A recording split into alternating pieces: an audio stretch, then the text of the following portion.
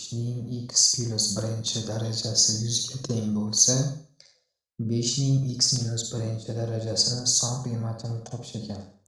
Demak, 5ning x-inchisi ko'paygan 5 ko'rinishga keltirib olamiz ifodani va bu 100 ga teng va 5ning x-inchi darajasi 100 taqsim 5 ga teng ekan. Demak, 5ning x-inchi darajasi bizda 20 degan qiymatga teng ekan. Bizga 5ning x-inchisini aynan qaysi daraja ekanligi shart emas. Sababi 5ning x minus 1-sini parchalaganimizda 5ning x-inchisi ko'paygan 5ning minus 1-sini beryapti.